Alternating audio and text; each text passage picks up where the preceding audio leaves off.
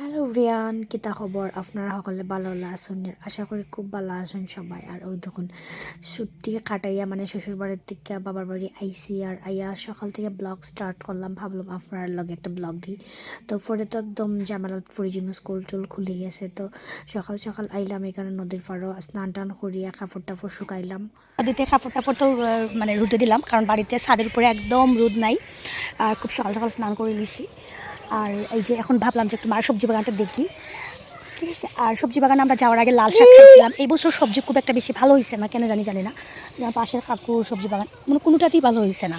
একটু দেখাই আপনারা। আমি কেন হচ্ছে গিয়ে আলু শাক, মানে আলু পাতা দিয়ে শাক খাওয়া যায়। আর এদিকে যে লাই শাক মানে সরিষা শাক, তারপরে বেগুন, মানে এই বছর কেন জানি কোনো কিছুই ভালো হয়েছে না। এই যে টমেটো আছে, গত বছর তো আমি প্রচুর মানে সস দিছিলাম, এত সস দিছি নিজেদের মানে আমরা বাগানের সবজি দিয়া টমেটো দিয়া।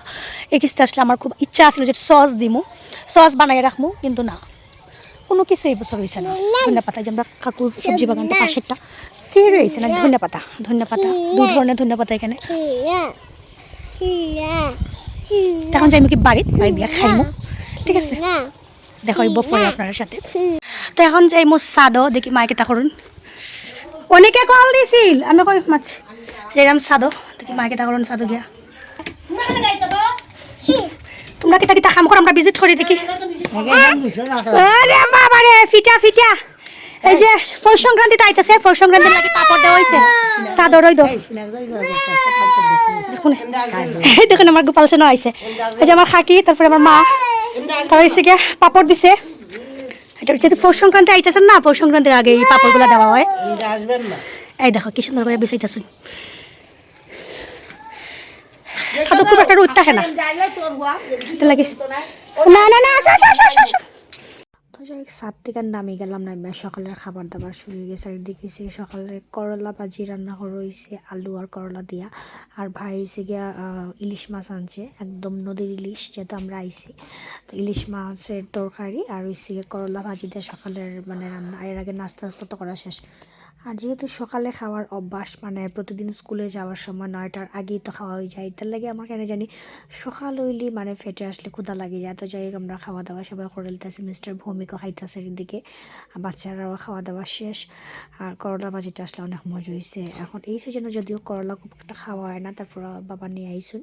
আর করলাটা অনেক মজা হয়েছে। আর তো যাই খাওয়া দাওয়ার পর এদিকে দেখলাম এখানে পানের বাটা। আর আমরা সিলেট বিভাগের মানুষে একটু পান চা ফান ওগুলো একটু বেশি পছন্দ করুন। তো অনেক দিন পরে ফানের বাটা দেখতে আসলে আমি ভাবলাম যে একটু ফান খাই, আর ভুড়ি বুঝ করলে তো একটু ফান খাইতে ভালো লাগে। তো এই আসলে আমার আজকে ছোট্ট একটা ব্লগ কিলা লাগলো অবশ্যই কমেন্টে জানাইবা। আর বিকাল থেকে আবার ব্লগটা স্টার্ট করলাম আর কি। তো এখানে বিকাল হয়েছে, আমার ভাইজি, আমার ছেলে দিওটার লিয়াম, বাবা মা সবাই গান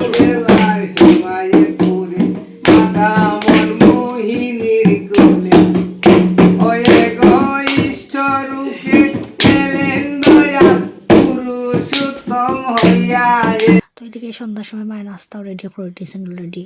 তো গাছের পেঁপে আর এদিকে পাঁপড় বাচ্ছুন, যে পাঁপড়গুলো মানে সাদু শুকানি দেওয়া হয়েছিল আর কি। তো সবাই ভালো থাকবা, সুস্থ থাকবা। দেখা হইব নেক্সট কোনো ব্লগও, যদি আমি ব্লগ রেডি করতাম পারি। তো টাটা সবাই রে।